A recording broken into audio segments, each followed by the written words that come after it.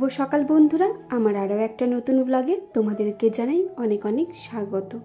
তো তোমরা সবাই কেমন আছো? আশা করি সবাই খুব ভালো আছো, আর আমি ঠিকঠাক আছি। তো আজ হচ্ছে রবিবার, আর এখন ঘড়িতে বাজে ঠিক সকাল 7:30। তোমাদেরকে সাথে নিয়ে আমি আমার ব্লগটা শুরু করলাম।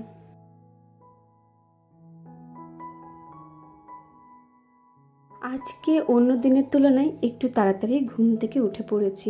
তার কারণ হচ্ছে সকাল সকাল কারেন্টটা কেটে দিয়েছিল আর প্রচণ্ড গরম করছিল, যার কারণে আজকে সকালে একটু তাড়াতাড়ি ঘুম থেকে উঠে পড়েছি। আর ঘুম থেকে উঠে সোজা চলে এসেছিলাম ছাদে, যেহেতু দুদিন ধরে একদমই হাঁটা চলা বন্ধ হয়ে গিয়েছিল। তো ছাদে এসে ভাবলাম ব্রাশও করা হবে, একটু হাঁটাহাঁটিও হবে, দুটো কাজ একসাথেই হয়ে যাবে, যার কারণে ছাদে চলে এসেছি। আর ছাদে এসে প্রথমে তো দেখে নিলে একটু হাঁটতে হাঁটতে তোমার ব্রাশটা করে নিলাম, আর এখন ভালো করে মুখটা ধুয়ে নেব।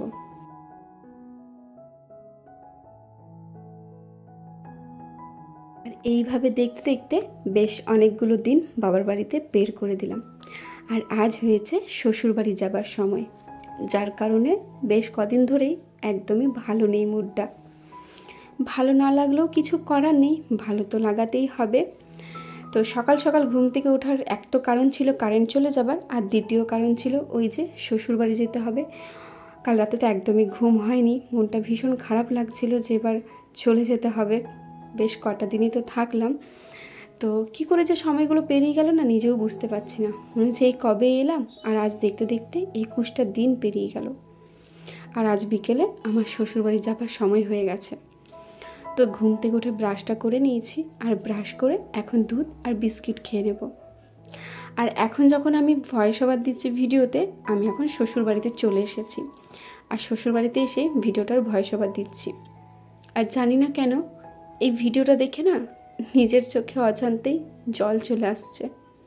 হয়তো বাবার বাড়ির ভিটের টানটাই হয়তো এইরকম, জায়গাগুলো দেখলে কি জানি চোখে জল চলে আসে।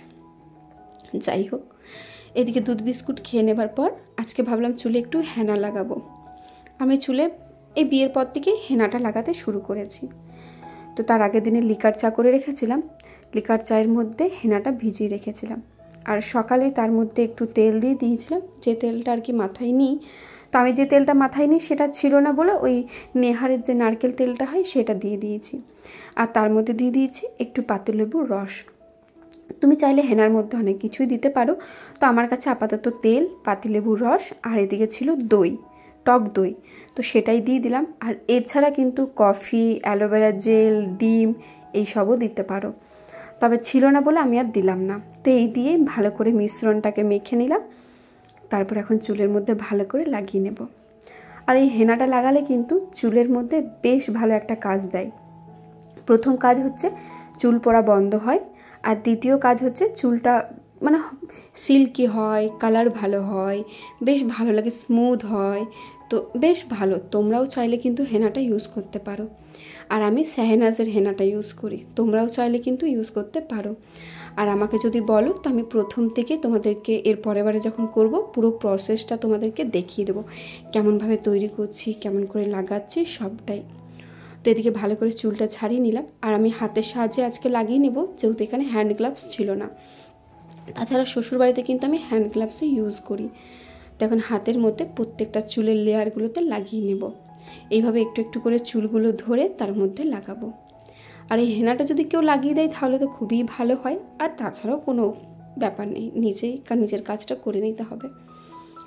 আর আজকে জানি না কেন ভিডিওতে যখন ভয়েস ওভার দিচ্ছি মানে কথাগুলো ঠিকঠাকভাবে আমি বলতে পারছি না।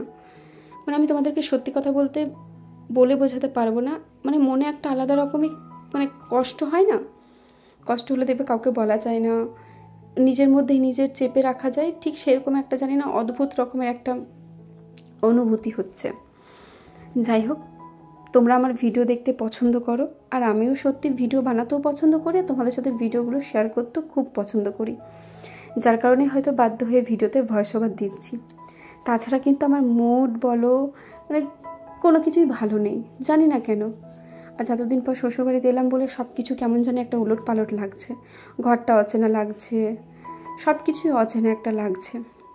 যাই হোক, একবার করে ভাবি জানো তো জীবনে কিছু করতে পারলাম না, হয়তো করার অনেক কিছু ইচ্ছা আছে বা ছিল, যেটা কিন্তু আজও পর্যন্ত করতে পারিনি, আর জানি না কোনোদিনও করতে পারবো কি না। ইচ্ছে তো আছে অনেক কিছু করার, নিজের শখ। আর জানো তো, আমার সব শখ, আমার সব ইচ্ছেটা বলতে পারো আমার মাকে জুড়ে, আমার মা বাবা সবাইকে জুড়ে। অবশ্যই এখন আমার তার মধ্যে অ্যাড হয়েছে আমার শাশুড়ি মা, যে মানুষগুলো সবসময় ভাবি ওদের জন্য কিছু করতে পারলাম না, আর জানি না কোনোদিনও কিছু করতে পারবো কি না। ভগবান যদি সাথ দেয়, ভগবানের হাত যদি মাথার উপর থাকে, তাহলে অবশ্যই কোনো একদিন কিছু একটা করে দেখাবো। আর সব থেকে বেশি কষ্ট হয় আমার মায়ের জন্য। মানুষটাকে যত দেখি না ততই অদ্ভুত লাগে। আসলে তোমাদের সাথে সব কথা শেয়ার করি তো, তাই আর কি আজকে মনের কষ্টগুলো তোমাদের সাথে শেয়ার করছি।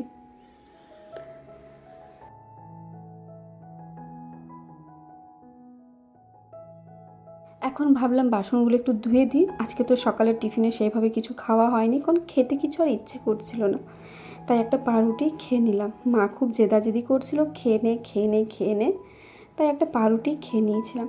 তারপরে বাসন টাসন ধুয়ে স্নান করে নিয়েছিলাম।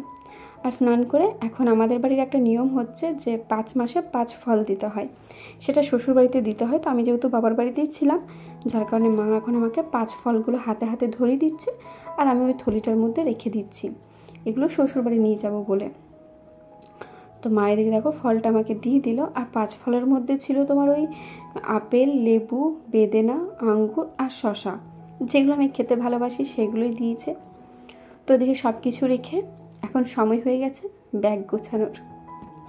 যখন শ্বশুরবাড়ি থেকে বাবার বাড়িতে আসি আর যখন ব্যাগটা গোছাই, মনে একটা আলাদা রকমের আনন্দ থাকে। মানে মনে হয় পৃথিবীর সব থেকে সুখী মানুষ সেই সময়টাতে আমিই। আর যখন এই ব্যাগটা সেম গোছাতে হয় বাবার বাড়ি থেকে শ্বশুরবাড়ি যাওয়ার জন্য, মনে একটা আলাদা রকমই কষ্ট। তবে সবসময় জানো তো, আমি একটা কথাই ভাবি, যে মেয়েগুলো শ্বশুরবাড়ি ভালো হয় না, অনেকেরই তো হয় শ্বশুর শাশুড়ি ভালো নয়, হাজব্যান্ড ভালো নয়, শ্বশুরবাড়ির পরিবেশ ভালো নয়, সেই মানুষগুলো বা সেই মেয়েগুলো কী করে মানিয়ে নিতে পারে, আমি সত্যি একবার করে ভাবি। তবে হ্যাঁ, হয়তো শ্বশুরবাড়ি যেতে কষ্ট হয়, কারণ বাবার বাড়ি থেকে শ্বশুরবাড়ি যেতে আমার কেন, প্রত্যেকটা মেয়েরই কষ্ট হয়। তবে শ্বশুরবাড়িতে এসে একটা শান্তি পাই যে না, যাই হোক মানুষগুলো আমাকে নিজের করে নিয়েছে, আমাকে নিজের মেয়ের মতো ভালোবাসে, এইটাই যথেষ্ট, এর বেশি আর কিছু না। তো এদিকে স্নান করে একটু রোদের মধ্যে দাঁড়িয়েছিলাম, যেহেতু মাথায় জল দিয়েছি। আর মাথায় প্রায় তখন কটা বাজে, ওই 12টা 11:30টার কাছাকাছি আমি স্নান করেছিলাম আজকে, যেহেতু মাথায় হেনাটা লাগিয়েছিলাম। আর হেনাটা লাগালে 3 ঘন্টা পর স্নান করতে হয়, যার কারণে স্নান করে একটু রোদে দাঁড়িয়েছিলাম চুলটা শুকানোর জন্য। আর চুলটার দিকে শুকিয়ে গেছে, তো মাকে বললাম যে ঠিক আছে আমাকে দাও, আমি পুদিনা পাতাগুলো বসে বসে বেটে দিচ্ছি, খুব একটা কষ্টের কাজ নয়। মা বারণ করছিল যে না ছাড়, আমি করে নেব। তো মা যেহেতু কাজে ব্যস্ত ছিল, তার জন্য বললাম যে আমাকে দাও, আমি করে দেব। তো এখন বসে বসে পুদিনা পাতাগুলো আমি এদিকে বেটে নিচ্ছি, আর আমার কাকার ছেলে মানে ভাই আর কি ভিডিওটা করে দিচ্ছে।